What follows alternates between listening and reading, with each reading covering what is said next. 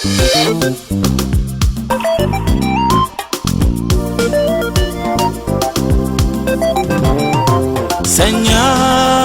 l'étoile est brillante, soleil et levant, l'étoile du matin.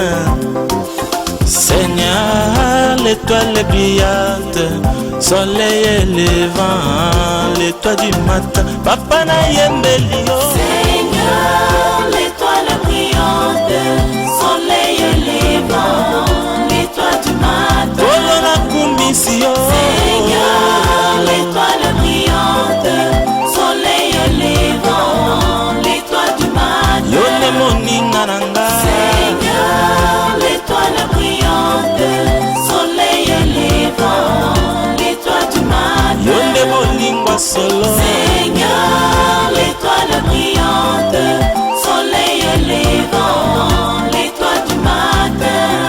Naluka bolingo nakata mokili oyo, naluka bolingo nazuwa te. Papa na ngai te, mama na ngai te, moninga te, mwasi pe te. Akokaki kolinga ngai lokola Yesu e, lokola yo mobali ya solo. Uta mokolo wana namonaki Nzambe, bolumbu nekulusu ndenga na ndima. Ete bolingo ezalaka Nzambe, alati nzoto akiti na soyo. Uta mokolo wana namonaki Nzambe, lokola moto, lokola moto, tika na yembela yo. Seigneur, l'étoile est brillante, soleil et levant, l'étoile du matin. Yone mosungi nanga. Seigneur, l'étoile est brillante, soleil et levant, l'étoile du matin. Papa na kumisio. Seigneur, l'étoile est brillante, soleil et levant, l'étoile du matin. Yone mobali nanga.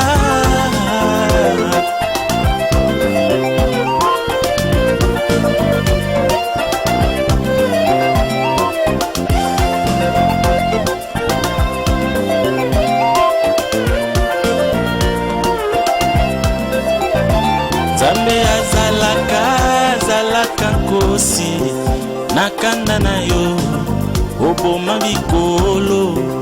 Ata na Isaya yoboma bato. Yo nde Nzambe, Nzambe na nguya.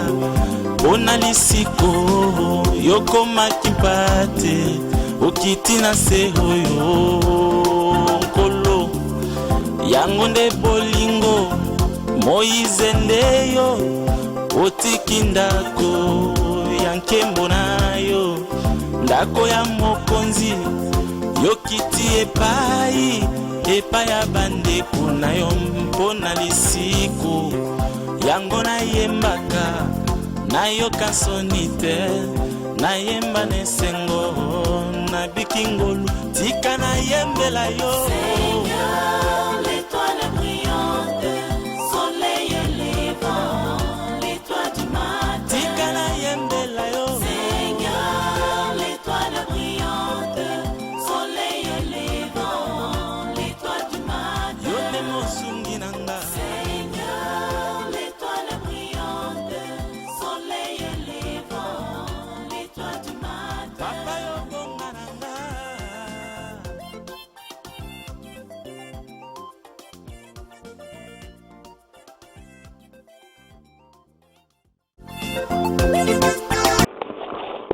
Nous avons fait un bon distinguo.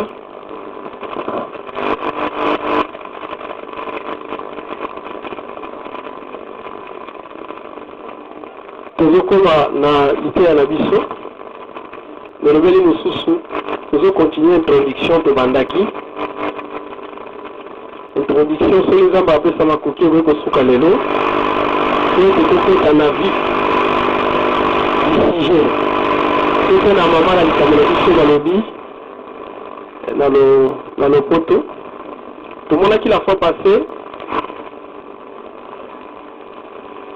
que nous semble à notre Père ezali losambo te esengeli tosambelaka mokolo nyonso yambo moto alala to ntango moto alingi kosala mosala ezalaki losambo moko ya esakoli yango souten tomonaki la fois passée toyebaki que c'était une prière prophétique ezalaki losambo ya esakoli donc yesu ntango abandaki koloba botala lolenge esengeli bosambela tata na biso azali ya likolo makambo alobaki wana ezali makambo te oyo yo mpe esengeli okende obanda kosambela na bamo wana okomprendre sens na yango te nalobi ke ezalaki prière moko prophétique na nzela ya mo wana naza koloba prophétique to ezali prière to losambo ya esakoli elingi koloba ete bamaloba oyo yesu abandaki koloba wana bozindo na yango ezalaki babilobeli oyo ebombaki makanisi na nsima na yango profesi elakisaka mpe eloko ekoya na nsima ya ntango makambo oyo yesu abandaki kolobela bango ezalaki baevenemo esengelaki ekoma na nsima ya kufa na ye otemaki abandaki kolobela bango makambo oyo ekokomela eglise bien ke eza na baprofesi oyo toye kopusa yango mosika kino ata na millénium d'être kosala démarche bomona mais ce n'était pas quelque chose oyo esengelaki se produit dans l'immédiat ezalaki bongo sikoyo eloko eza kotrompe bato ntango baza koloba voici comment vous devez prier mais lobeli mosusu français babengi yango recommandation ntango moto azolobela bino tala lolenge esengeli bosambela yango nde ebendi mayela bato oyo biso tomoni ke baza na déficit ya compréhension mpona komona ete lokola ndenge alobaki botala lolenge nini esengeli bosambela kokomprendre yango ete yesu atindi bato basambela bongo na ngombe ebele lelo oyo toza komona bango baza kosala losambo ya lolenge wana azwi ntanga kosambela tata na biso arecite priere wana topartage avi wana te mais sika oyo mpo toloba bango kaka na monoko te moto mosu akotuna motuna lokola basantu mosu batunaka awuti quelque part alobi mpo anini bobelelaka moto te mpo ani bobelelaka molimo santu te mpo ani bobelelaka makila te en principe na bakestion ozotunama esengeli kaka te moto ya répondre même frère ya Christ aza na babagage il peut répondre parce que ntango tokopesa mateya eza mpe mpo bana nzambe bazwa boyebi bato basungaki Apollos ezalaki Priscille ya kilasi nzoka nde Priscille azalaki mwana mwasi mais ayebaki quelque chose et il a contribué bien que ndeko Apollos azalaki na don azalaki na ministère mais lokola Priscille ya kilasi bavandaki pembeni na Paulo babénéficiaki makambo ebele oyo esungaki mpe même osali ça veut dire que même un homme de Dieu peut venir de quelque part aya watei mais frère aza averti ayebi bien quelque chose parce qu'ateyama il peut aussi contribuer poliment c'est dans Zambie et ce qui l'a dit c'est un peu comme ça yango tolobaki biso esengeli toboya yango te soki catholique ayemba mosu abongoli motema wa to moto angelesa ye mpona ni bino bosambelaka losambo ya tata na biso ya likolo te fo kozala mesure ya koexplike bongo baargument topesaki mpona kotalisaka ezalaki priere moko prophétique ezalaki priere ya kosambela te boye du jour le jour nde tolobaki boye premièrement totalisi sikoyo ndenge priere ya mwana nzambe esengeli esale mpe totalisi ndenge nini bato na kati ya biblia basambelaki tomoni ke place akokutanisa yango lokola priere na biso ya mokolo tokoki kosala place tomonaki te premièrement tomonaki ke apôtre Paul na Romain azoloba ete toyebaka kosambela te alors que Jésus alakisaki bato deja modele ya priere mais apôtre Paul azoloba ke toyebaka kosambela te yango molimo santu eyaka kosunga biso mpona kosambela malamu ainsi déjà je comprends que prière oyo wana yesu apesaki parce que yesu azalaki moto na langage na ye quand il était encore dans la chair yesu abandaki koloba mingi na langage moko codé nde tocomprendre ntango apôtre Paul azoloba ke toyebi nanu kosambela te esenge tosambela ndenge molimo na nzambe ezokamba nde tocomprendre ke prière à notre père donc eza modele oyo nzambe alese biso kosambela te ni ya biso chaque jour nde tokende kosala bademarche tosalisake moto avasambela po nzambe ayokela ye esengeli azala moto oyo akoti na kati ya ndako akangi tosikaki ke la priere oyo nzambe aexosaka to losambo nzambe ayokaka eza losambo owutaka na kati ya chambre donc okoti na ndako okangi chambre tosikaki ndako lokola nzoto ya moto mpe tosikaki chambre lokola esika oyo molimo na nzambe ezali babengi yango na elobeli ya bible leker nalobelaki eza leker oyo te docteur si bakoki kopasola eza bisika oyo ame na esprit ya moto eza mpe saint esprit aka koconvaincre motema ya moto la eza bisika wana nde losambo eutaka yango nalobaki boye bakoki kokanga mwana nzambe ata na kati ya koma mwana nzambe akoki kozala azangi makasi ya kobimisa maloba ya koloba parceke maladi elekeli ye mais kati ya motema akoki kosambela mpe nzambe azoyoka parceke ça vient du fond du cœur nde sikoyo tokesenisaki priere ya bafarisien na ya bana nzambe nalobaki boye frere oyo azawa abangaka nzambe te ndeko aza na kati ya vi ya masumu ate ozosambela ebele ozobimisa nde na bibebo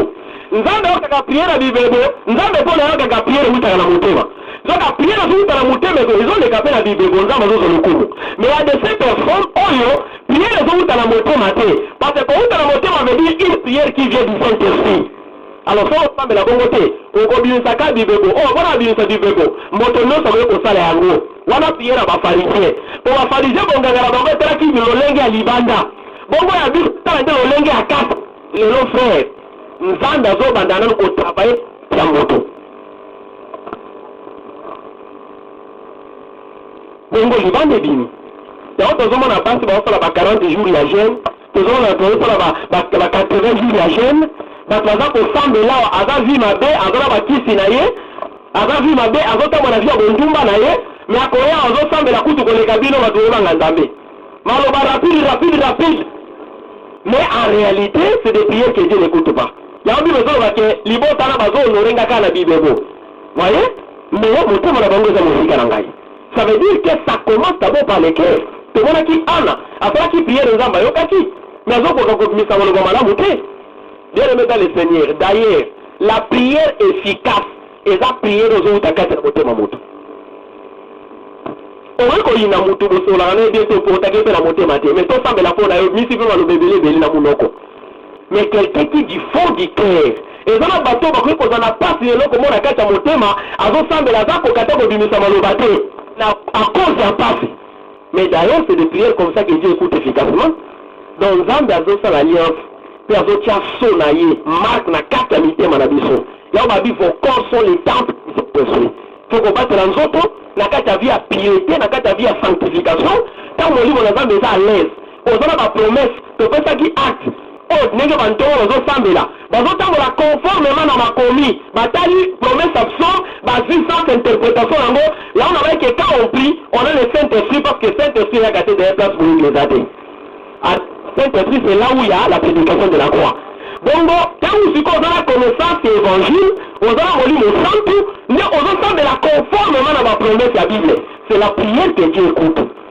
oyo abi ke prière fervent du juste eza na une grande efficacité nzambe mpo mwadisanga voilà démarche tomonaki donc toexplikaki ndenge prière esengelaki esalema nde todevelopaki comment la prière du Saint-Esprit oyo bazolobaki bosambela na tout moment selon que boza guidé par le Saint nde tokende kotalisa mpe tomonaki ke lolenge wana ekokani te na prière ya notre père po prière notre père ezali récitation babongisa nde toprofitaki koloba ke losambo nyonso oyo moto akoki kosala récitation na kaye parce que tant tozalaki ngambo wana mosusu ezalaki na bapriere ya kolamuka na pongi mpo ozala bon étudiant mpo ozwa mwana mwasi bapriere déjà basi batie na papier mesebinoke bapriere oyo batiaka déjà na bapapier wana eresite yango mémorise yango eza bapriere moko diabolique eza charnel biso tosambelaka tel que le Saint-Esprit nous donne c'est important ndeko moko awutaki Gabon aye ate quelque part ntango azokende apesi bapriere ya psaume apesi yango bakabela mpenza na église ateki yango na mbongo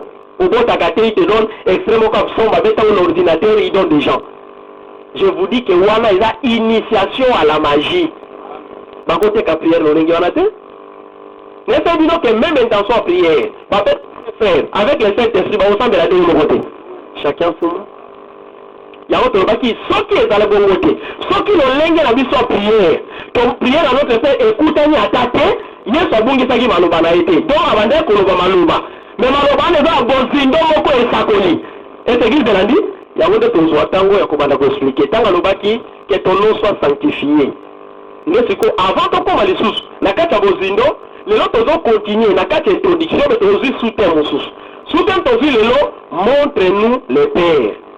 Pourquoi? Parce que prière, oh, yoza ko salemawa, baza ko adresser à mon motomoko. Motango va le dire comme on a été malheureux, comme on a été Père. Et la prière, toza ko adresser à notre Père qui est au ciel. Tata na biso avandi na makolo. Tata na biso avandi na makolo ango nani? Des photos lukape batata. Parce que bien aimé dans le Seigneur. Nenga lo la bino boy. Il ne faut pas qu'on adore moto aux apôtres battés. C'est ce que Bible a dit. Bible défendre, non? Nous adorons celui que nous connaissons. C'est important. Tout le monde dit Paul, kuna n'est pas à tenir. Alors, il n'a pas moni dans mon carabino, na moni bino pesa besoin de l'engue à Bozambe. Mais n'a pas moni quelque part, na moni tout le monde va commis dans Zambé, biso de éviter. Bon, on va me rendre à l'aile, non, avec Sabine. Donc, la première des choses que tu adores, il faut que Naza content de l'entendre nini.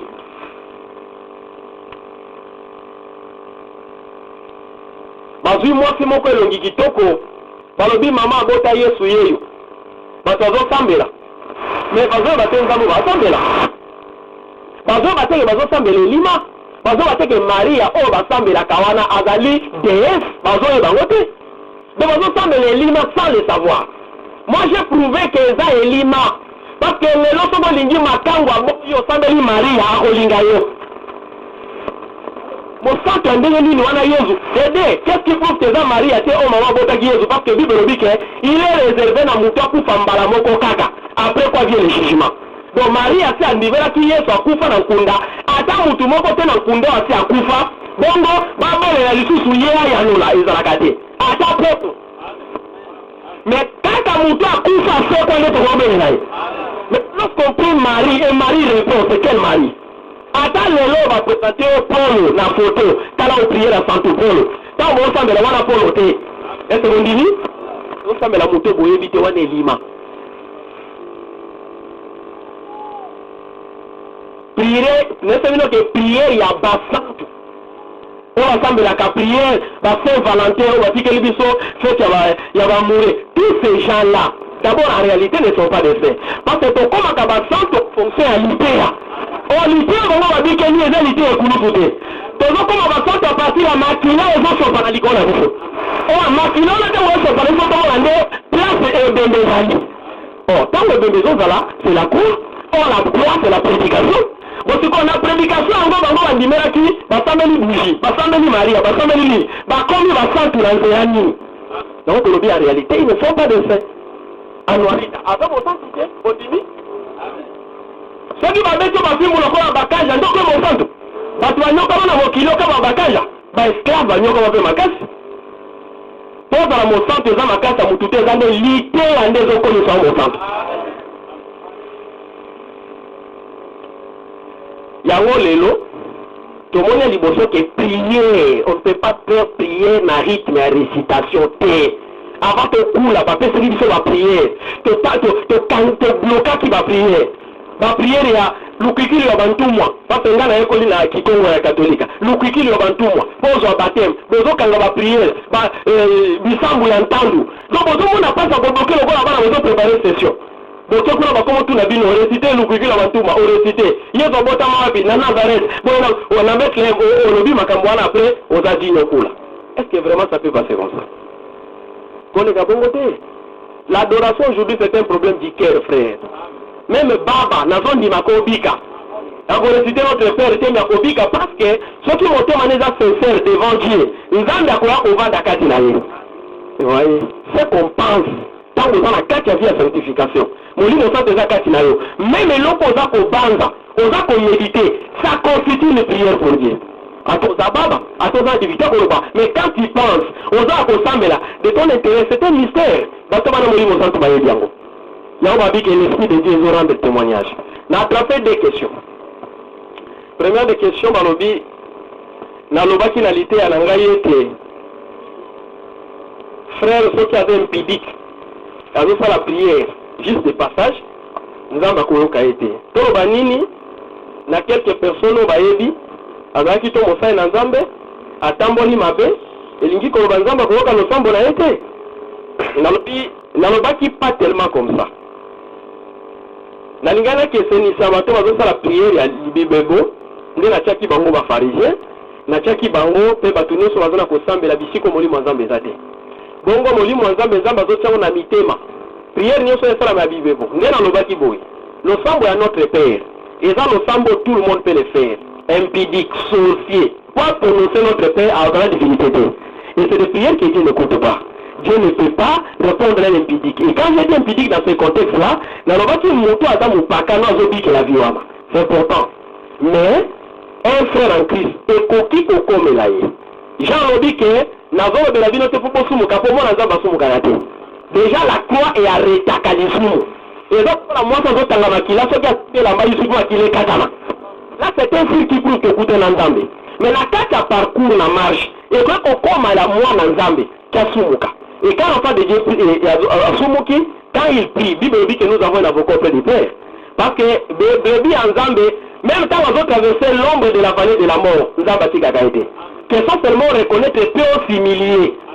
Vous voyez, il peut s'humilier parce que Zambé a tombé la grande bateau à Mikitsaka. Dans ce contexte-là, c'est autre chose.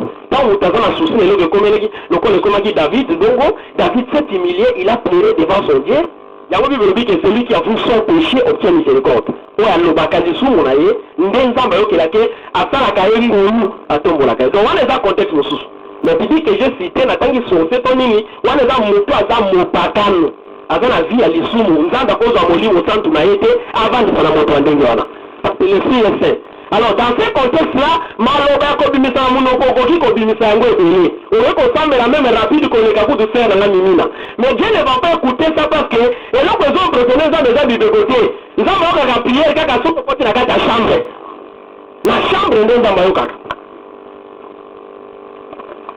Votre Père qui est dans les lieux secrets, nde akoyoka po akopambola. Est-ce que eza clair? Ok, wana question liboso. Question mibale ndeko moka tuni alobi na insistaki mingi mpo na prière na butu elingi koloba ete mwana nzambe esengeli kasambela na butu to mpe mpo na kolobaki na butu ndeka nzambe abatelaka biso. Il a parlé quelque chose comme ça. Bon, je lui ai dit premièrement na kati ya intervention na nga nalobaki ete motu soki ozwi para molimo santu kati na yo déjà vie na yo wana okomi déjà adorateur. C'est-à-dire partout tu passes l'esprit qui est en nous crie. C'est là. Et je dis même que napesaki exemple moko mpona koloba mwana nzambe même ata oza na voyage na kati ya bis bokutani na bato il faut ozalaka na bitidi ya kosambela ata na motema. J'ai dit ça. Donc c'était pour dire que eza kaka butu te. Mais ce qui maloba yaki mingi sur butu, bon, c'est pas un problème, comme qui fait. Mais aussi, je lui ai dit que butu, et ça est mon propice pour la kosambela. Et ça va un moment ya malamu. On a nini. Mutu musu sonde tozawa. Donc on a battu azita na kosambela ta désert oui ne bitana moi, to tanga bato kotanga. Pourquoi? Parce que moi, et ça tango mutu sala ka musala. Donc mutake musala, ko la mikate pai, azoke le teka na marché pai, peut-être pas matériel suffisant pour sambela zo soate. Mais la butu ça tango mutake na kopema. Est-ce que vous l'avez dit? Yango wana mingi quand on parle prière la nuit et ça par rapport il y a disponibilité. Musala eza lisusu te, oza na kimia, oza yo moko ozo le bisazo oza le butu pe le kimia ezali, malili ezali, et dans la tango ni watasambelaka. Même le Seigneur Jésus a dit omoni ke Yesu babi ke les jours abande kozwango ko kende koteya mais na batongo o ezalaki na nomwa butu abande ko kena désert ko sambela. Donc c'est un moment propice. Donc par exemple c'est ça qui c'est yango bon c'est arrivé mais exact que absolument il faut kaka moto sambela na butu. Donc là je crois que et j'ai même dit au frère là que yo mo la réponse à la question tournée. Mais le quoi les questions il faut gâter répondre parce que bato na ba kushino c'est ça pour na ko aider bato soso. Donc voilà à peu près ça. Et protection en Zambie na butute. Tant que les cacao tomataka ba wewa ozo matabiso qui de voyage na ba baleinière, Zambie batela kabiso. Bien mes frères, attends le Zambie batela ngate. Si tu crois l'évangile, il va te protéger. Comme ça. C'est automatique. Donc soit des gens qui viennent Zambie faire l'alliance na au comité privé na yé. Ozo tambolane le bonaye partout. Voyez? Mais na butumi tolobaka et comme ndenge zalaki exemple place mutazola la zo ba lisusu te akoti na bozinda pongi lokola mutakufi na tongo la muki nzamba bateli pendenge ni sala milé mingi sala na butu. C'est pourquoi nous avons fait sur ça mais zalaki juste passage tout exemple. Voilà les quelques questions et efforts na meki ko sala pour répondre. Nzamba tamba bisanga Donc, ma tête est à ma la question de la autorisée. Il faut d'ailleurs avoir cette habitude. Il ne faut pas que moté à yate, on dit rien, mais on murmure. Les agabiétés. Il faut que tout le monde. A kokipe ko sunga mananzela mituna watu watuna. Voilà, c'est bien. Moté à tei mabe, on dit rien, mais l'équipe bongo c'est pas bien. Omoni atana suka matea. Kulukaka ba manière moko kokipe ko edende konayo. Ndete comme si ça montre nous les pères. Premièrement, petit fait que le semble cause à la récitation te prière à notre père qui prière à kosambe la boete ezalaki lobeli nzambe. Avant to kota la bozinda kotali sama lobeli wana renya ciel ko na terre nini. Est-ce que si ya to ekoya? Wana to wandomona wata to kota la bozindo. Mais les autres into bana no mutu yango baza ko adresser prière pana ye. Je crois que les derniers sous-thèmes ont ils ont fait cette introduction. À qui on adresse la prière? Na notre père. Notre père de nani? Tatango nani isusu balobi avant bosambela esengelo bimisa kombo Jéhovah ese bolandi yango fo Jéhovah nzambe ya solo. Mais je vous dis que Jéhovah est un surnom apesa nzambe na prouvé bino c'était surnom. Israël bakoma bayebaki lisusu kombo ya nzambe te bon bomona ngo likambo liseki. Je vais prouver ça. Israël bayebaki lisusu kombo ya nzambe te. Nzambe ya bango bimisa mon Égypte bayebaki lisusu kombo na ete. Mais il y a quelqu'un qui est venu qui dit je suis venu révéler ton nom. Voyez? Mais ça va bon bami. Alors il faut qu'on le bat comme Jéhovah. Même des Yehoshua Machia. On va développer un extrait comme ça dans combo propre de Dieu. On va dire quoi? Alors prière aux adressés par Nani. Tatango de Nani. Jean chapitre 14. N'a devancé ni nangate. Jean 14.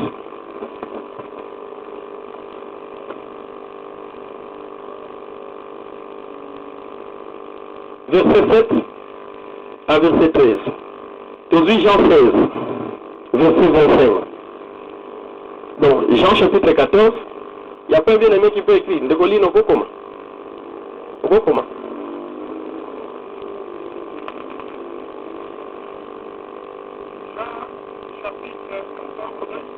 De Golino par prononciation.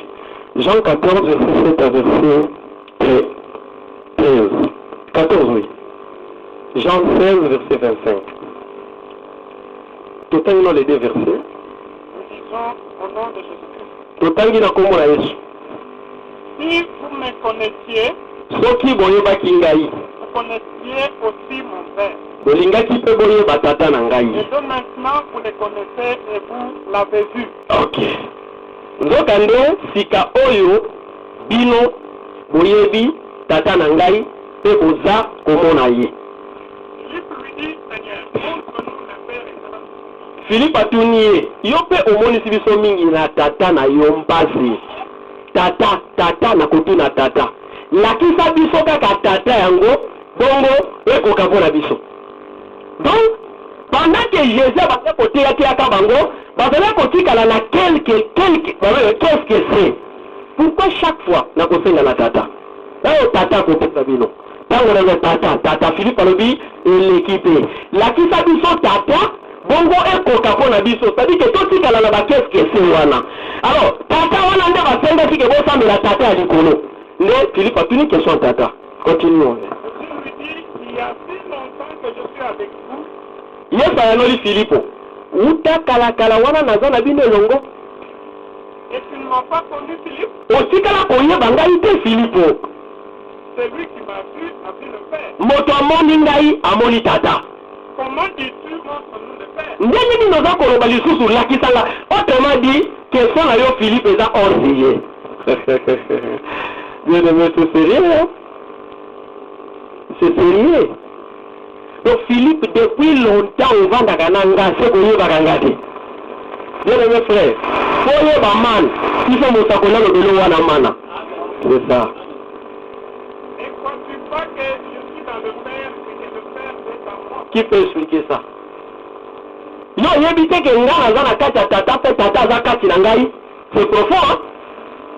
Les paroles que je vous dis, je ne les dis pas de moi-même. Malponga na zolo de la bino na lo bango Nangai mokote. Le Père qui demeure en moi, c'est lui qui fait le Père. Tata wazovanda kati Nangai yene mtasala makambo bozomona. Voyez-moi, je suis dans le Père bondimela ngai naza na kati ya tata et le Père est en moi. mpe tata aza kati na ngai. Sinon, croyez du moins à cause de ses œuvres. soki bozondimela ta ngai te bondimela misala nga nazosala. donc soki bondimeli misala bondimaka tata nde ngai bongo te. continue. En vérité, je vous le dis, na solo bosolo mpenza nalobeli bino celui qui croit en moi fera aussi les œuvres. oyo aza kondimela nga akosala lisu misala ngai naza kosala Il en fera de plus grands akosala kutu koleka yango parce que je m'en vais au Père. pamba te ngai nakei epa ya tata. Et tout ce que vous demanderez en mon nom, awa balobi ntango bosambela notre ezofue kuna ke koloba nyonso bokosambela a mon nom ese boolanda continue je le ferai afin que les Pères soient glorifiés dans le Fils. nakosala yango mpo tata akumisama na kati na mwana. Si vous demandez quelque chose en mon nom, je le ferai. Amen. Facile. Ok, vous pouvez déjà faire, hein? Ok. Je vous dis, frère, lelo yo, soki osali prière au nom de Jésus te exaucement eza te. eyano eza te. siko kotala yesu ye moko azoba bosambela nde epai ya tata. awa ekoloba esengeli bosambela epai na ngai bongo tata oyo akosala prière songa kombo na ngai te nzambe akoyokela ye te. Là, c'est déjà encore compliqué. Alors, c'est que Jean 16.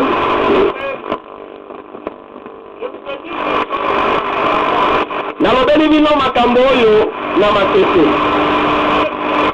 Je ne vous parlerai plus en parabole, Tango ekoya oyo nakolobela bino lisusu na masese te. mais où je vous parlerai ouvertement du Père. Me kasi nakolobela bino polele mpo na ntina ya tata. Ese bolandi? Bazoloba makambo ya tata.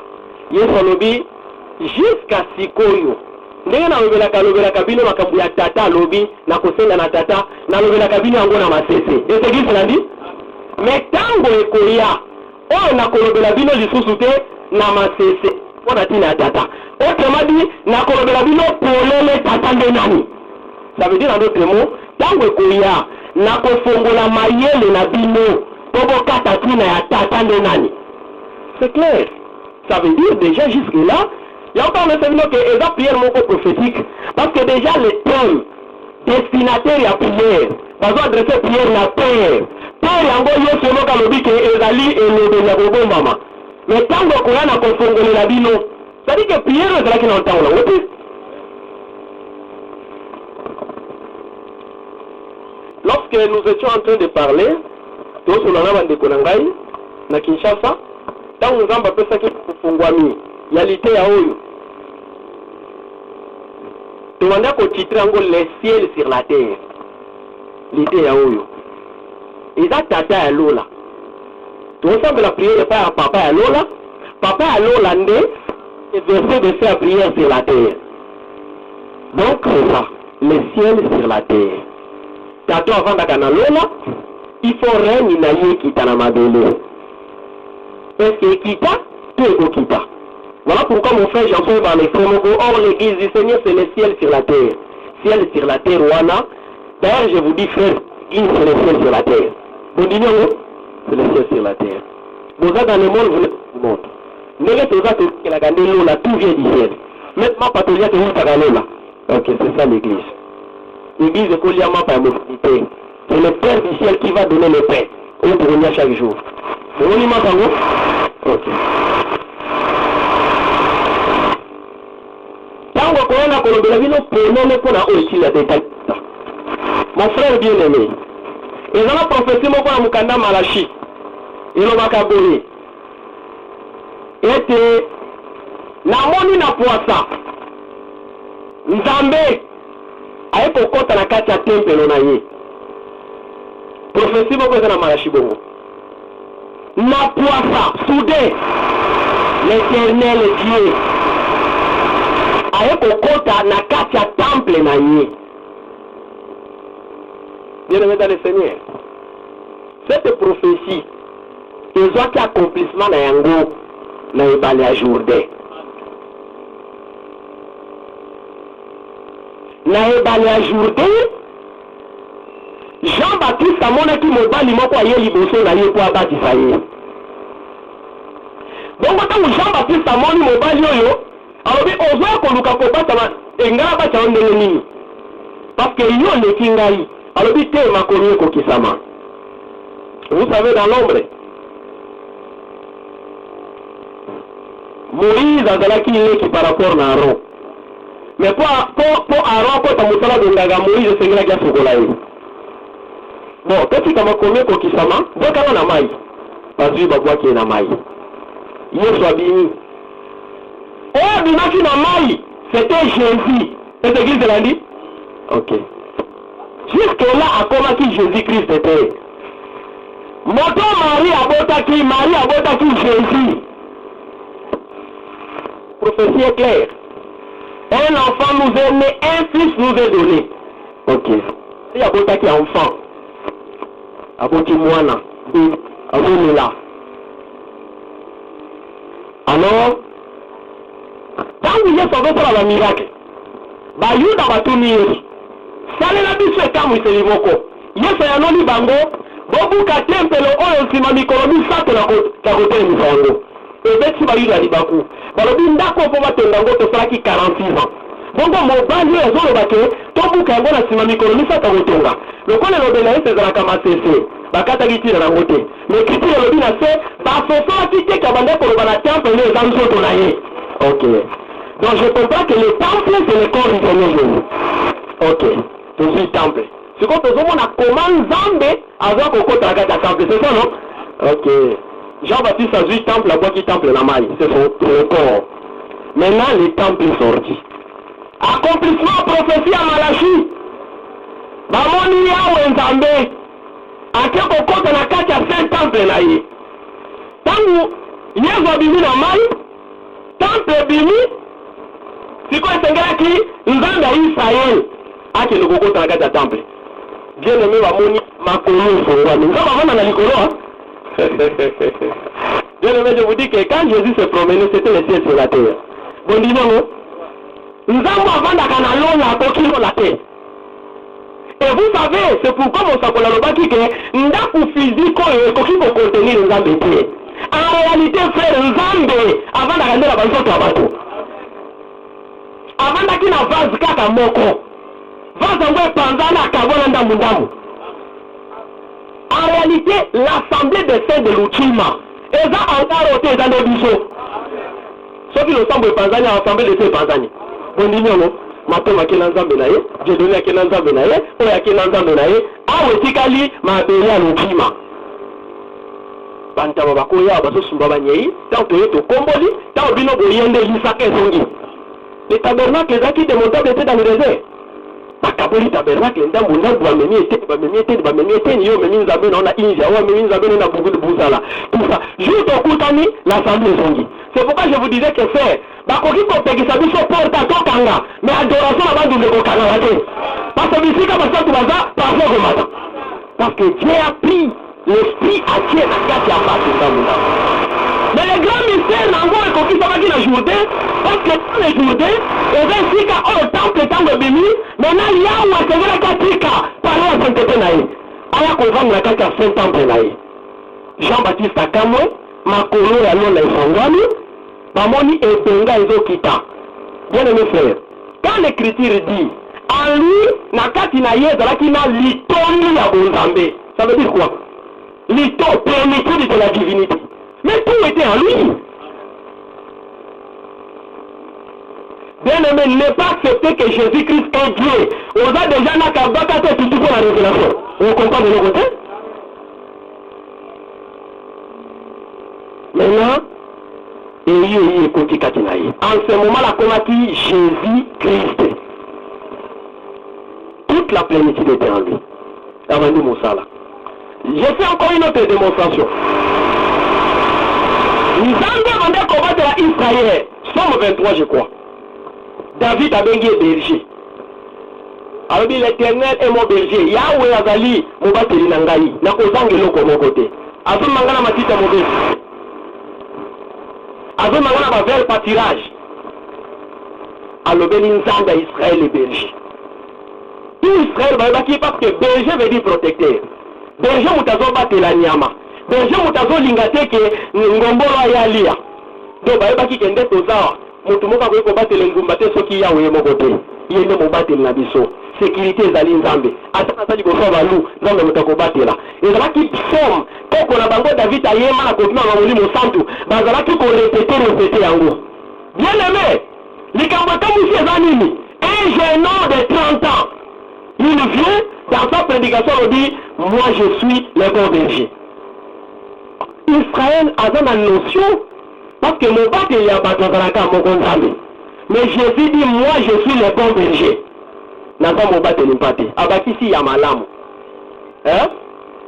Donc le Dieu d'Israël était le berger mais lui il est le bon berger voyez pourquoi il est le bon berger parce qu'elle dit en gros le bon berger donne sa vie pour ses brebis mobateli mpate malamu akabaka bomo na ye mpona bampate na ye donc nzambe Israël azalaki mobateli mpate mais Yesu aza mobateli mpate malamu parce que azokaba vi na ye parce que okaba vi ezomona nde kufa parce que nzambe ya Israël akoki kokufa te mpo azalaki na nzoto te ok oyoka makambo wapise na luchima te ok mobateli mpate malamu c'est lui parce qu'il a eu un corps réalité ezalaki nini les bergers d'Israël wabatelaki Israël ezalaki kaka garçon wana mais nde berger wana à l'époque quand il gardait David azalaki na nzoto nano te donc on a comment la parole était avec Dieu vous verrez cette expression mais sika oyo berger ya Israël aye kolata nzoto akomi bon parce que à l'époque akufelaki biso te voyez mais sikoyo esengelaki aya kolata nzoto ya mosuni akoma bon berger po akaba vi na ye pour ses brebis nde place akomaki berger voilà pourquoi j'ai parlé avec un pasteur bramiste expression balobaka ntango azoloba likambo berger alobi nazali ekuke ya bampate au même moment alobi nazali mobateli mpate ayaka akomi na porte le portier afongoleli ye porte et église elandi bongo le bon berger akoti na kati ya clôture abandi kobelela bampate na ye na kombo na bango s'il vous plaît frère la prédication babenga mutu na kombo so babenga na kombo te okoyoka te nde toyawa frère soki mobateli mpate ayebi kombo na yo te okobengama te ça veut dire okoki koyawa ozokontinue babanke okoki koya ozokontinue bondumba mais soki bayebi yo na kombo na yo c'est-à-dire soki moto abengi yo na kombo na oseki ayebaki yo or c'est ce qu'il a connu d'avance nde azobenga yango nayebisaki bino chaque jour nde toyaka losambo awa komekolaka moninga te moto aza na motema na ye moto aza na destine na ye nde sikoyo ntango abengi bampate na kombo na bango akomi kotambola liboso abimisi bampate na kati ya bergerie to na clôture nde na nsima apesi bango bomoi libanda ya clôture ça se passe comment berger oyo aza na kokota na kati ya clôture ya babrebi ezali ngai je suis le bon berger alobi lisusu kaka na même texte nazali ekuke oyo ebatelaka bampate na kati donc au même moment il est berger au même moment il est la porte de brebis de l'enclos de brebis finalement eleki ndenge nini maintenant pasteur ayebisinga boye soki okenda Israël te okoyeba makambo ya nzambe te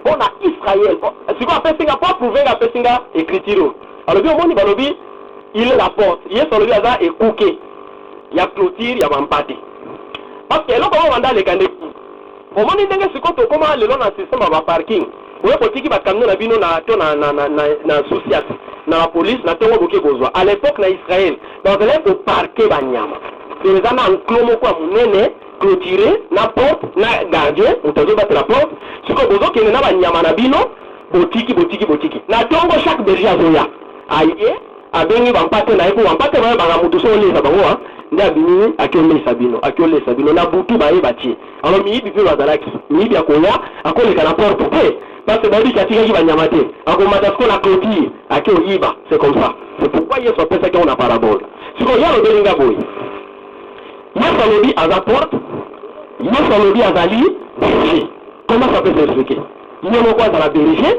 ye moko azala porte Mais pour comprendre que il faut aller en Israël. Parce que dans Israël, sentinelle a la gardé la porte, donc attendu pour la porte. C'est pourquoi il est sentinelle, il est obligé. Il a dit, oh, pasteur, c'est comme ça qu'il faut comprendre. Donc là, Israël était, écoute mon explication. Nous avons avant dans Israël. Maintenant, écoutez cette explication. Ça veut dire que Jésus, quand il a berger, au même moment où il a la porte des brebis, biso to comprendre que mutatambola ki na Israël wana mazai batumi bale. Ondimi ezaki na Yesu, ezaki na Kristo. Tant batambola il y avait deux personnes, il y avait Jésus, il y avait Christ, non? OK. Maintenant on a oublié que la porte c'était Jésus. Maintenant le berger c'était l'esprit là. C'est que pour berger à qui de visiter les parce que encore là dans le bagage c'est la maison d'Israël hein. Est-ce qu'on dit non? Par exemple ma casse c'est pour na batubo landa moi muke na vite okita moi c'est mingi faut me comprendre. Yesu le biboui. Bato bayaki avangai. Baza ba miyibi pe ba brigand. Les gens qui étaient venus avant Jésus, ils allaient basali anzamo bayaki pour annoncer ça parce que même qui vit na sens wana. Oh, les envoyés de Dieu bayaki chez nous les nations. Les envoyés de Dieu bakendaki na Israël. Parce que bakamanga les envoyés de kuna. Est-ce qu'on dit non? Bref, mususu balobi nazali lisusu na etonga mususu ya banyama. Na kosangisa bino, boko metonga moko mokambika na moko. Oh, le reste, une autre. Donc, bergerie mususu bande kolobana c'était l'église de Dieu. Biso tozaki nano par étranger. Mais kozana tangu ka kosangisa bino, boko metonga kaka moko, mobate ita kozala kaka moko. Donc cette première bergerie c'était d'abord la maison d'Israël. Mais quand vous êtes fait dans Mokili, il y a pas la bisoté, à Kenda qui n'est pas Israël. Alors pour y berger Christ, je dis berger Christ. Pour qu'il ne soit pas dans Israël, à qu'il ne soit pas après ça va bon et Sengela qui a se servir na Nsoto pour comme en Israël. Et c'est qui je l'ai dit? Maintenant comment ça devait se passer? Berger Sengela qui a le côté dans la porte. Pourquoi Manakatia bergerie? La porte, là, dans la Jésus, la porte, et encore après dit, c'était Jésus. Donc, Jésus, c'est le corps, parce qu'avant, il y Yahweh. Aya kokota, pour attendre la Israël, abimisa bateau, pour appeler sa vie, et c'est là qu'il y a la porte qui est son corps. Donc, elle est qui dans nous autres, parce que bien aimé, ceux qui nous autres, on est là qui t'aiment, les gens qui commandent à bateau. Est-ce que vous dites? Ok. Voilà pourquoi les bergers devaient venir entrer dans la porte qui est un corps. Ndesiko ayeko koma liboso apepe. Zama pamba nisanga. Et une autre preuve, on dit que tant que siko yo berger avec kokota na porte pour koma ne pas ya libérer ya ba brebis, il y avait un portier. Portier mo kwa la kawana. Parce que portier ne mutako fongolo porte boko ta la kaja porte. Or le portier il a kinde Jean-Baptiste. Parce que frère c'est Jean-Baptiste né. Moutayaki Kosalake a présenté Jésus dans la scène. Jean-Baptiste a été pour préparer des gens de là. C'est lui le portier. Il y a des Moutayaki Kofongola. Je vous dis que frère, Moutayaki Jésus n'a scène à Israël, c'est Jean-Baptiste. Mais dis bien, non? Je vous dis matin, deux exemples. Il y a un peu de Bayuda. Bayuda va tout na Yesu. Parce que les groupes, comment na Yesu. Alobi makambo oza kosala ngana pesi yo mandat autorité oza kosala makambo outi nango wapi. C'est important. Jean-Baptiste azo batia na désert batuna ki question ozali nani qui est-il oza osakoli ozali nani. C'est important. Bien aimé dans le Seigneur, il faut koyeba origine ya moto obimeli wapi basala mosala nzambe ka afai ke vai ke il faut être quelque part. Mais quand tu vas tenir sur ma tambour de ça là, autorité, wapi, non la pression mandat. Jésus pour répondre à Ebisi Bango, Bongo Jean-Baptiste, Nanya Tindaki. Et c'est qui l'a dit? Question est là qui question à Wakolo. Dans les apôtres de Koloba, ceux qui m'ont dit que Jean-Baptiste nous a Moutindaki, ça veut dire que moi aussi, nous avons Moutatinga. Parce que jamais nous t'a présenté. C'est pourquoi frère, les serviteurs de Dieu doivent faire attention à pour rendre votre témoignage. Pour du Mamutamala, mon lobby, non, les frères étaient parmi nous un bon frère. Soit dit les frères, on a un bon frère était. Les dégâts, on a la kuna, ils ont quoi à Mutuna. Il ne faut pas faire des témoignages à fantaisie. Ne comment quoi, il y a quelque part, il y avait un abisso quelque part, avant mais il dit, n'a que Mouchibo, c'est la lettre. Tu as mis les robines de quoi, les kikas, la bisso, mais tu vas vendre la émigité. Tu es bien aux innotés. Et c'est qui cela dit? Ok. Bino fait le rôle à Miss Zali, Boutalae. Parce que frère dans le Seigneur. Papa Gilles, par exemple, là, la zone pour vendre quelque part, il y a que soit frère Oyo, vendre un aïe, c'est un frère qui crée Dieu. Mais n'a pas lié confiance, non seulement. N'a pas lié confiance, parce que j'étais qui est Papa Gilles. Mais là, tout le monde a la déception. Un grand serviteur de Dieu, soi-disant, il vient vous dire, oui, en bâtisse, c'est vrai. Mais Moutango y est boyé, pour mon yétinate. Bien aimé, il n'y a pas de sentiment pour la Makambotani, Makamandambe. Au moment où parce que son Jean-Baptiste n'a tinda qui est. Il y a bango balobiango. Ceux qui te disent que Jean-Baptiste nous a mené à tinda qui est, à Kolobanga fait pouvoir nanga, et vous n'êtes pas ensemble. Parce que Jean Mouta reconnaîtra qui est. Que celui-ci, avant Mouta et Sengeli a fait son lobico. Donc, si vous faites que Jean-Baptiste Mouta, vous voyez le Wita Keba et Satana, bah tu vas condamner, tout le monde va dire que Aouche pas ensemble. Bien aimé, un serviteur de Dieu, Nzamba Ndimi Sakabato. C'est mon oyeyo. Vous allez les cabots. Alukoloba oyebite. Bakipa Yesu abi Yesu. Jean-Baptiste Nguyene so witakiapi oyebite. Semblant. Yesu abi so yibe ngaripe na yebite. Ok. Ok. Parce qu'il était tout. Et là, quand le portier Jean-Baptiste a fongoli porte, Yesu aïe à côté de la porte, c'est le corps. Maintenant, a commis à Israël, a évangélisé, a bengi kakabampate na ye. Maintenant, c'est qu'il a bima pour appeler sa vie libanda. Parce que frère, Jésus devait mourir hors du camp. Parce que quand on est dans sa vie pour la bampate, d'abord pas balisanga. Na mchima tote ya gaboui.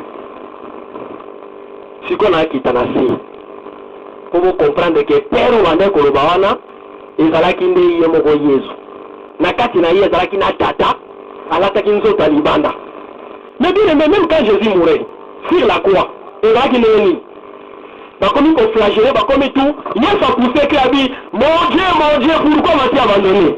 Oh, tant que les choses sont tata nangai pour la nuit de Tikinga, et ça tant où est pas colami et longo tikatinayo. Or, est pas colami kolongo, on a fait. Et ça là qui ne dépasse que Jésus-Christ a commencé les sous. Là, on a qui charge, il y a l'issue, il y a bateau.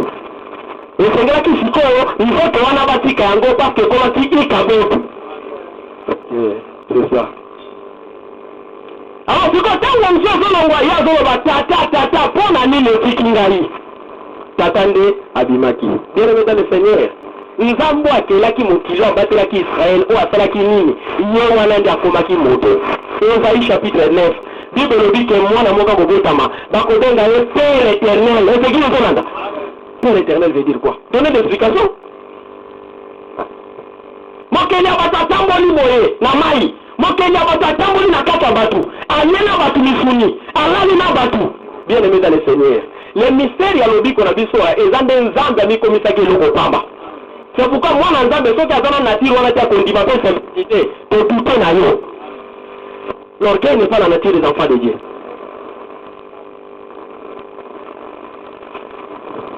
Matthieu chapitre 28. Papa, je vais vous chercher le verset, c'est connu de tous. Là, on a le poteau gagné. Ah, on a les baptême, recommandation à baptême. Nami soit battu, Yesu. Yesu a fait meeting de pas à Koli. Babomi a fait mais à qui n'a pas de à mon ami pas à Koli boé. À mon ami pas à boé. D'abord, dans la fait je vais dire d'abord une chose ici. Basi balamuka qui n'a tongo. Basi ba parfait. Balona ni salam alamu. Na luchima pe tozana ba sera bongo. Basi ba parfait ba keiba ki de kota la place sa kunda ki ba bwa ka ba parfait kunda. Ba mamu ba ki bangu na tongo ba ki mbangu na tongo. Ba mamu lelo.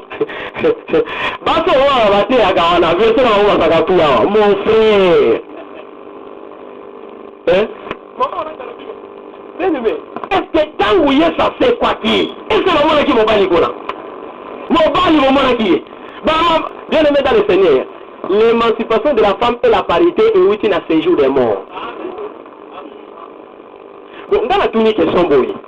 Parce balongo na ndaku. Bakei cimetière. Qu'est-ce que cela a à voir avec l'assemblée? Parce que tant qu'on va que moi à côté à côté na kata lisanga, ndé to bandi la femme ne peut pas pécher. Et ça veut dire quoi? Mais la cité, tu peux ces exemples précis là. Si on veut qu'on soit accompagné de son mari, bah qu'il faut faire un moutou, bah qu'il faut visiter moutou, bah payer moutou, bah évangéliser moutou.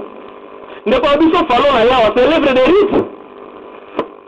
Ne pas oublier son Sylvia là, c'est l'œuvre de la frère Saint-Fiche.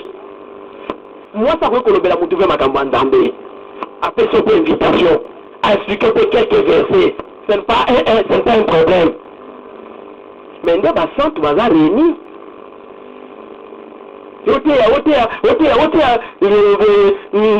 la vente du boulot, attends, si ce monde a dit que ça va voir mon côté à la case de ma tête.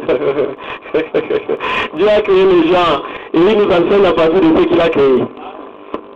Matata va vendre du bonhomme, m'a vendu vraiment c'est là le courage. Mais je vous dis que faire ça aussi qui fait moi ça les quartiers. À quoi on va faire mon épée que babo ya kaya pamba hein. Et que l'on vit bien hein. Mais seulement frère, je vais vous dire, les cambo bantoma bateyaki. Bible dit que obo kangi na se likolo kangi. Nous sommes là, on va dans les couronnatés. Parce que bakenda qui cimetière na Tongo, c'est pas d'égal à sa mère de faire. Baki cimetière pour accomplir les bonnes œuvres. Mais il y a des gens qui ont vécu même si on le fait ça va dire mon côté en pamba. Ça va nous ta comment le babo mufou et kangi.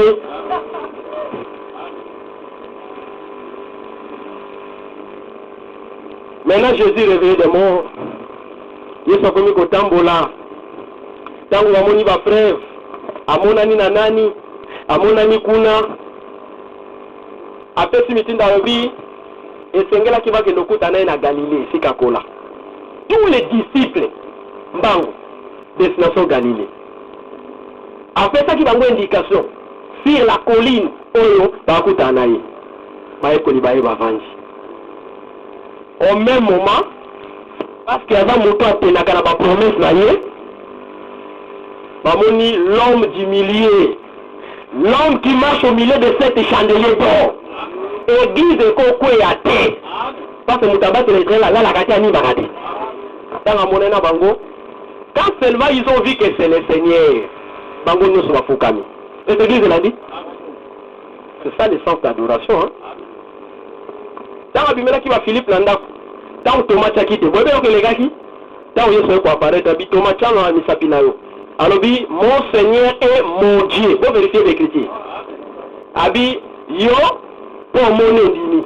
Et c'est mon abon va pour mon athée, mais bandimi. Nabaki bateau va pour mon athée, mais bandimi, et l'un des bisous à ta bicole. Pour ton monde est sur la mort, il veut être. Mais ton demande à partir à prédication. Donc, nous croyons par la foi. Mais Israël est condimation qui est monier. Tant qu'on apparaître dans Gomba ou mais pour eux, ce ça Thomas dit, mon Seigneur est mon Dieu, avec grand D. Tant qu'on a bangoana, alingo qui est dans la faire bon andanga bien, bon simba bien. Ils sont monnaie na bango, bango nyo sur la fukami. De ce mission au wabi, bon consignon se peut samira kingai. Et ce qu'on a dit? Na likolo pe na se amabeli. Ça veut dire dans d'autres mots, dans de musique de l'Engaï. Ok. La personne non mitino. La personne non ordre. Ok, le côté à Sangomalam. Oh, mais c'est qu'il y a quand même la tête de la Vango, il tombe en moins sans rakité. Apostrophe sans rakité. Apostrophe sans rakité. C'est qu'il y a. Tous les prédicateurs dans la Bible, la qualité du son, moi, c'est pas communauté. C'est pas comme une histoire, non? Attends, de qu'on a vu non mon pas, la quitté. Là, on va faire la vie, là, on va faire TV.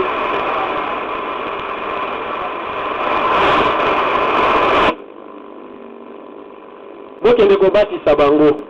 Na combo ya tata, na combo ya mwana, na combo ya Molimo Santo. Je vous dis que frère, témoignage de la Carandi sur l'esprit hier, jusque-là, l'esprit n'était pas venu. Parce que trois choses sont d'accord. L'eau, le sang et l'esprit.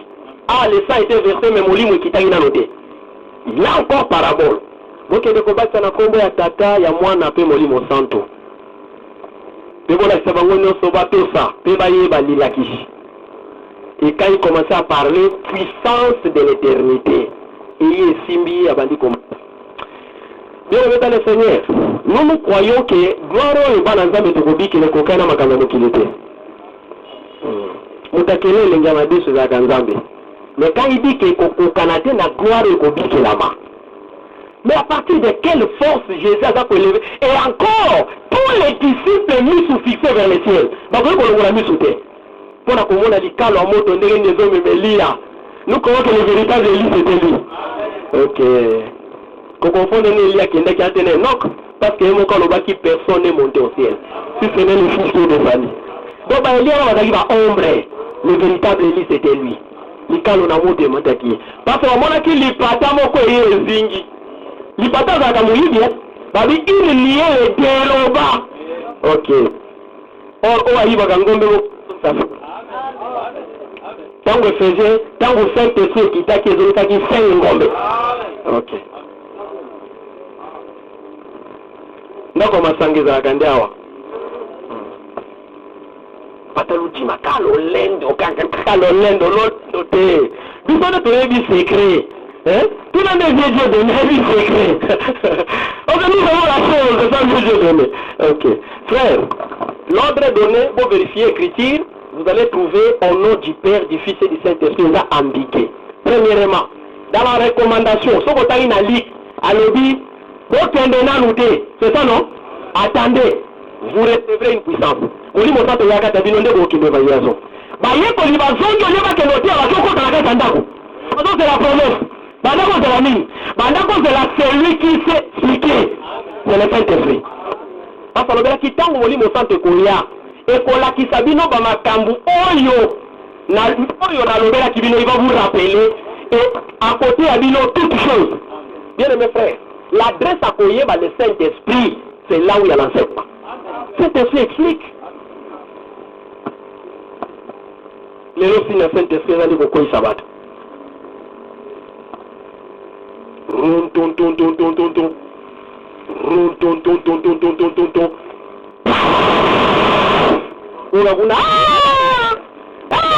Problème est battu. Mais expliquez écriture. Expliquer écriture. Mais quand le texte est pourquoi il s'en va tout. Pour lui qui comme on a dit de communauté. Quand le Saint-Esprit viendra, il va vous expliquer. Cette explication est allée place Moli Manzamé Zali. Parce que la vie, la réalité, et ça n'est l'objet qu'il y a âme. Or, l'objet qu'il y a âme, c'est pas le magana qu'on croit, mais quand on t'a mis l'innova. Et pas le fait que l'innova est limbolani. Non, non. On t'a quoi à faire, à quoi il pense à awa. Mais dans l'objet qu'il y a Moli Moté, c'est mon dîner, non? So, l'objet qui n'a ni la prostate, on continue là. D'ailleurs, vous voyez, dis les prêts. Batuzomi maladi ambala ba yepa na Yesu. Babi tolingi to koma peto mola kishi. Abi bolingo koma peto. Ça va. Bokende komi la kisepa banganga nzambe.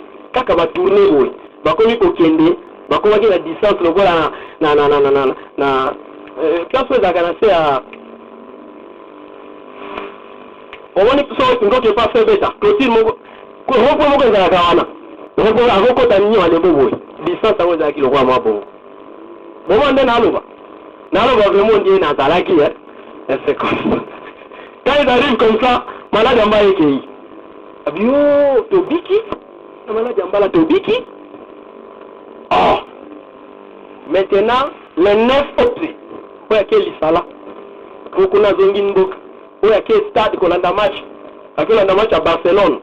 Où est-ce qu'on a fait le projet là? Moutou Moko! Alors bien, hein? Et il y a un biki dans l'autre. Nazaki na maladi, mutu abiki singai, naza la reconnaissance derrière. Curieusement, azaki étranger. Azonge pa Yesu. Abi na pesio merci. Yom to biki singa na nzoto. Yesu alobi bozala kizomi. Yesu sona babiki te. Kondima na yo, efuta yo. Bien aimé dans le Seigneur. Ils étaient 10 mots kwa zongi. Bien aimé. Pourquoi on a biloko na yo, bilanga na yo, ebimi 600 sacs. Nzamba zana besoin na ngote. Azana besoin kaka ya la dîme. La dîme veut dire la 10e partie de. Alors, bazala qui disent, kaka moko yaki kozonga. Je vous dis, frère, Dieu n'accepte que la dîme. La dîme, c'est quoi? Mbouma mabele, mabele bimisi milona. Mabele bimisi milona. Mais molona moko, oh abela la moko na zomi yonde likabanzambe. Je vous dis que la dîme, c'est le Seigneur Jésus. Israël, ils ont mabele. Des prophètes, baleka, mais les kabanzambe, ils ont la guité. Nous avons dit, mais quand la dîme est sortie de la terre, parce que la terre est ragabatou. Maintenant, on va présenter Dieu a créé. Ça veut dire qu'il était la véritable dîme. Le bon là, il y a dîme. Nous sommes dans la dîme. Et ça va dire, ma belle, ça m'a non? Nous avons dit, ma belle, quand on est peut-être. Avant de m'agendre de Konanga, ça veut dire quoi? Zama Famba Lisanga. Ok. Au nom du Père, du Fils et du Saint-Esprit. Et enseignez-les. Ma pierre dans la Kachandako. Bazo de la promesse. Prière. Zambé Lobaki. Zambé Piskekan. Kombona Yekumi Sama. Bon, il parle des histoires. Nkitamoli Monsanto jour la Pentecôte, prédication et bandit. Premier jour la prédication. Papa, je ne voulais pas donner le verset. C'est Matthieu 28 combien? 19. Matthieu 28 19. Bisous au temps, on a lobby, on peut pas verser bana partout. Là, en place ordre de Pesamax. Maintenant, on a Acte chapitre 2. Acte chapitre 2. Tout le monde qui a connu la pesa qui va en mitindo. Papa, tu as comme ya tata, moi, on a fait molimo santu. Kuna, totikali comme on a fait baptême, na comme ya tata, moi, on a fait molimo santu. Attends, balamoko samité. D'ailleurs, baptisé au nom du Père, le Père c'est qui? C'est ce qu'on a dit? C'est là, place que ça, tout montre-nous les pères. Il y a fait ça qui va. Moi, c'est un combo à tata, moi, on a fait mon livre au centre. Bien aimé dans le Seigneur. Tata, ils ont combat mon toté. Moi, ils ont combat mon toté. C'est ce qu'on a dit? Donc, il y a noté, donc, on soit maïenne. Il y a un boroté, ma tata. La acte D, c'est un fille qui dit. Pierre a se présenter devant peuple. Voyez qu'on Luka lobby. Pierre a lobby, acte chapitre 2.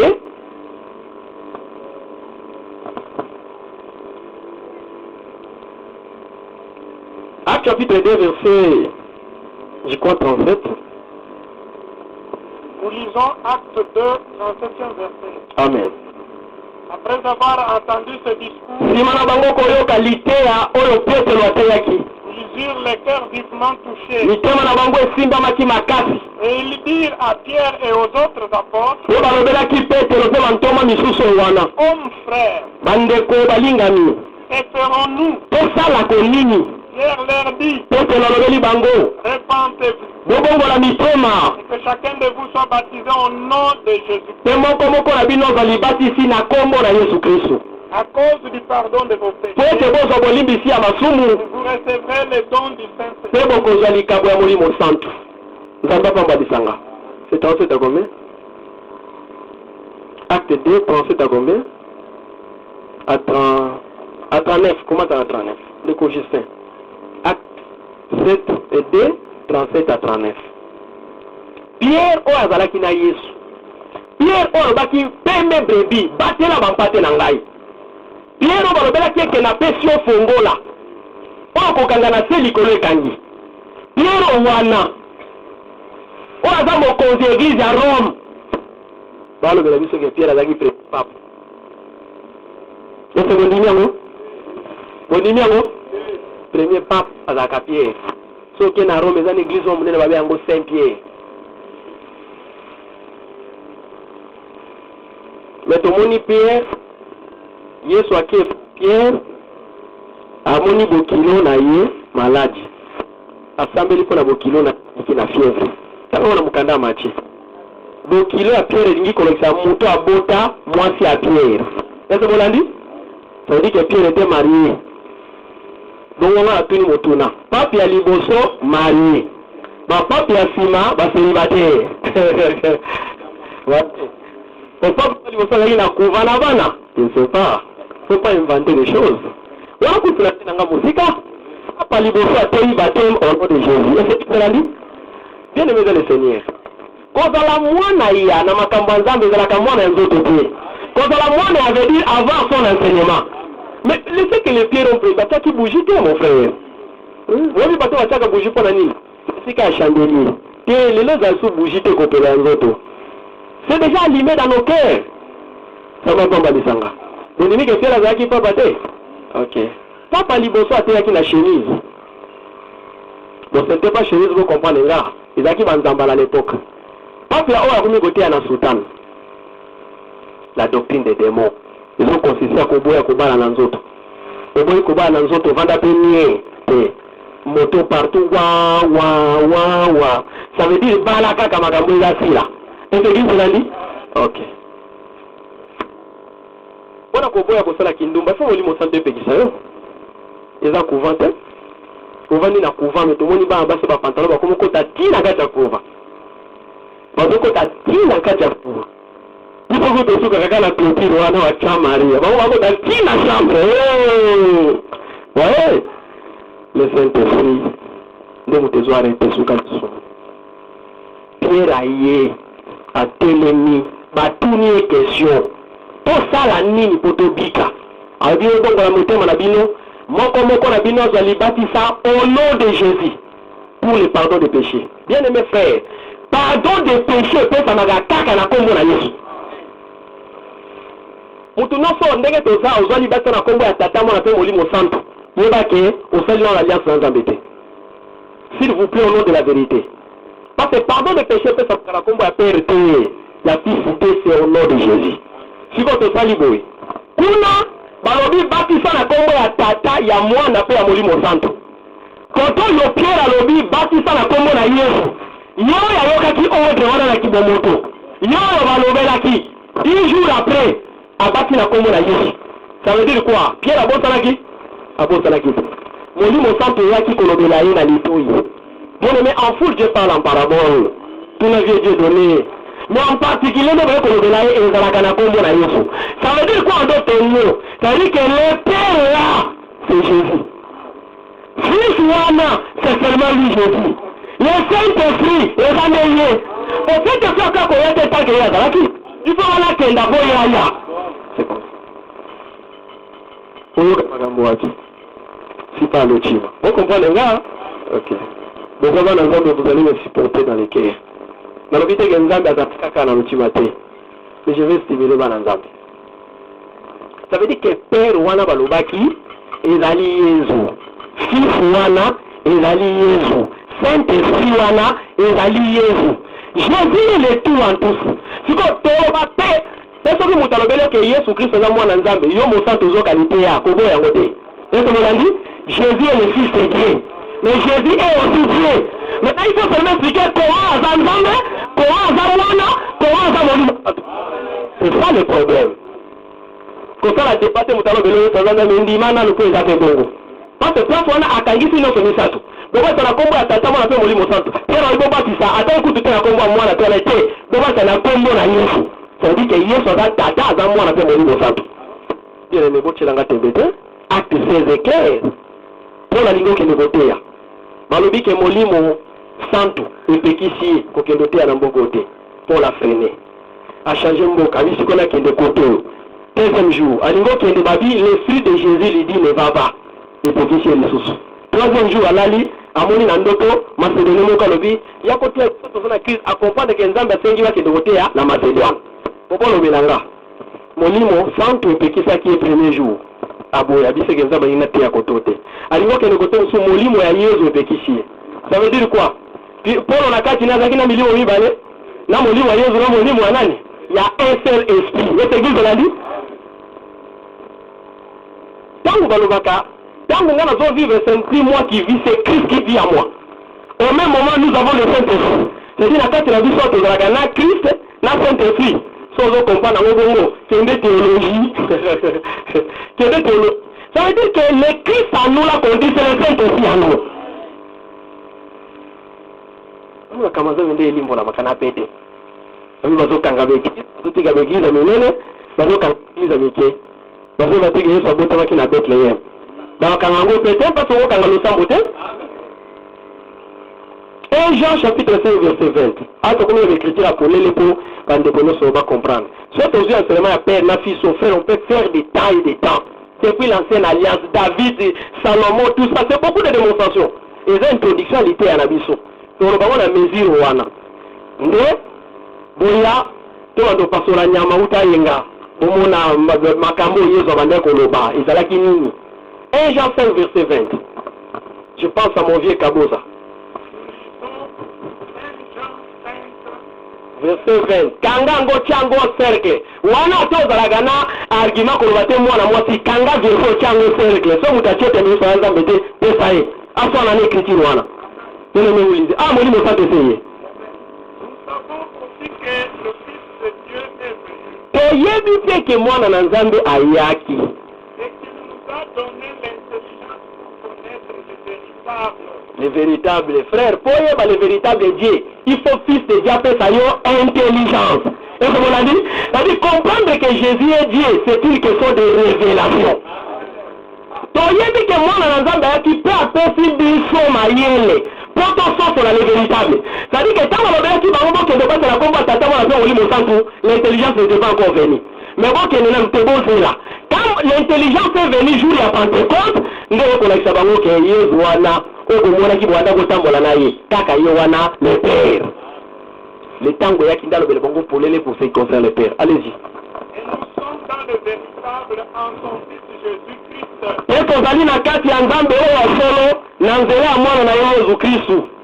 Celui qui est le Dieu véritable Ye wana Yesu nde azali Nzambe ya solo. est la vie éternelle. Pays azali bomo ya seko. Nzambe asambo adisanga. Voilà l'écriture qui dit ça noir sur blanc. 1 Jean, Ezaki 5, 20. Là c'est le dernier écriture je crois. Il faut monter le trésor avant de libérer votre père avant.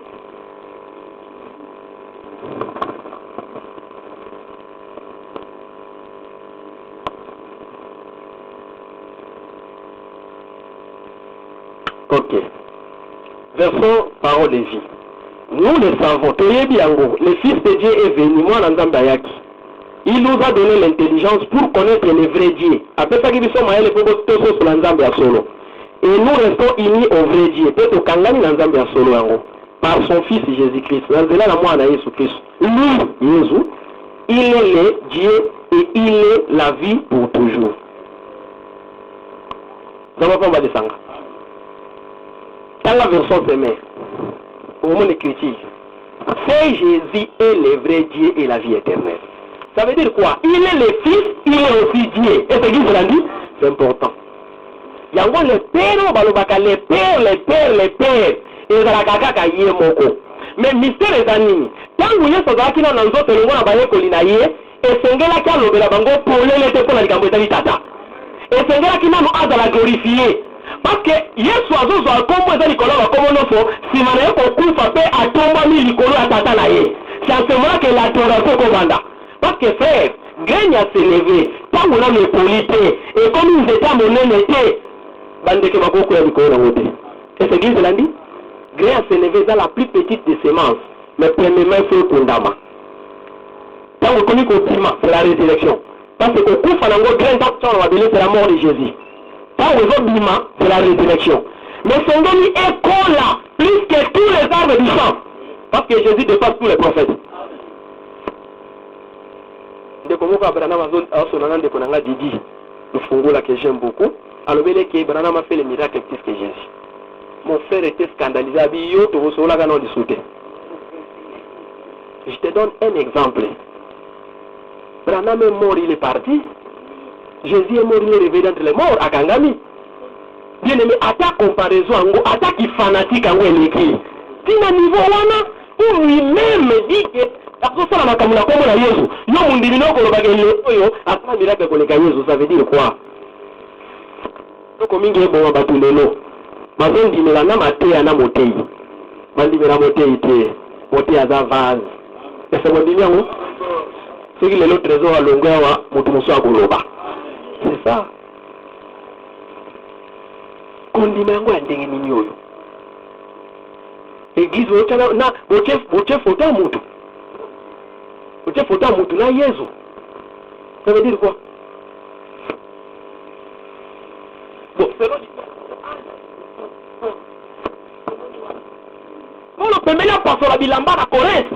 alobi kiye Paul kiye Apollo basali ya pamba posa basaleli dara beti ola nous tous sommes tous égaux donc Apollo so basungie na ba Priscille mais ça là qui le pas la biso d'ailleurs le frère là était aidé il était aidé par Priscille. Priscille c'est le frère qui prédit l'évangile chez moi en Italie et c'est Priscille qui a appris. Mais Paul dit et moi et lui nous sommes égaux les ministres. Oui le baba c'est Lolendo pour musupe wita na basali te bandividu bango moko na bafan na bango esi avita imane longwa kune kati na l'église bandino la ganzoto nzoto na basela kama moti azote azola ganga ese molanda nana na sharkuna wana c'est des rêves c'est ça bandini wana tout ça frère azote ba peza liboso wa ya chomo sa vivo yo la révélation est l'élengi. Nous livre au centre de la potentiel. Nous avons les saints esprits, nous avons aussi l'intelligence. Nayoka, mais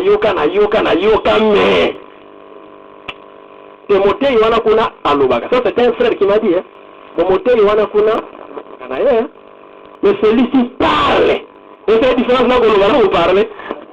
Il y a Alobaka, on va parler. Vous savez, frère, mais une chose est aussi vraie, c'est quoi? Ceux qui m'ont dit à d'autres, à bien été athée. C'est ce que vous l'avez dit? Parce que quand j'ai dit ça, je l'encourage pas, c'est mal. Pour les abonnés, Ngolou, il faut édifier Nano. Mais Ngolou, il faut dans mon côté. Mais ceux qui ont dit qu'on édifiait tes côtés en été. Ce côté, dans la zone, on va pas qu'on et là, ils n'ont pas tort.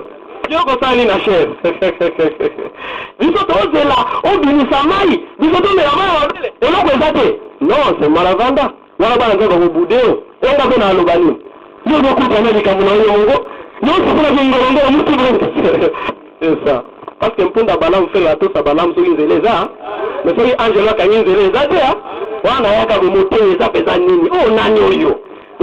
Nini awo susu o atevini o ta solo babo ile kwa na witola na Kinshasa on dit il dit sacerdoce royal et ça est ôté sacerdoce royal tout ça toi sacerdoce lévitique sacerdoce davidique David avait sacerdoce na sacerdoce nani na sacerdoce royal combien mais que ce monde est normal mais c'est pas normal mais c'est comme tout ça bon la question aussi qu'on a répondu nini la vie bon il y a un bico oui quand dit la matière à ça c'est le soulèvement bien aimé les enfants de Dieu sont polis mais ils sont vite petits sont comme ils petits on a comme une poule à balam voilà mon coco de ça moi conseille mais vous continuez qui voyez ça ok bon moi je dis ça pour parler mais en réalité en principe un enfant de Dieu ne peut pas être désordonné. Pourquoi? Parce que l'écriture est lobby, réfuter les contradicteurs avec douceur, c'est important. Mais ça peut les tomber, si quelqu'un se met debout pour parler, il faut être là pour édifier. Donc on va demander côté de Yawa, poto kama kambomo goyo, au moins dans une position, au côté à Talaboué, on a dit ça gâteau là kende. Faut tant mutazoka, il adore, azo fongwama. Zambia Sambola Disanga. Matin la biso sugi le noir. Je voulais expliquer l'univers de comment se mettre la parole, tout ça, mais non, on a géré pétant quand même des sous. Donc on a fait l'introduction. Dimanche, dès que vous bandez à fond, il y a l'été à la biso. Na comme on a me causé sous Christ, Amen. Pour s'embellir.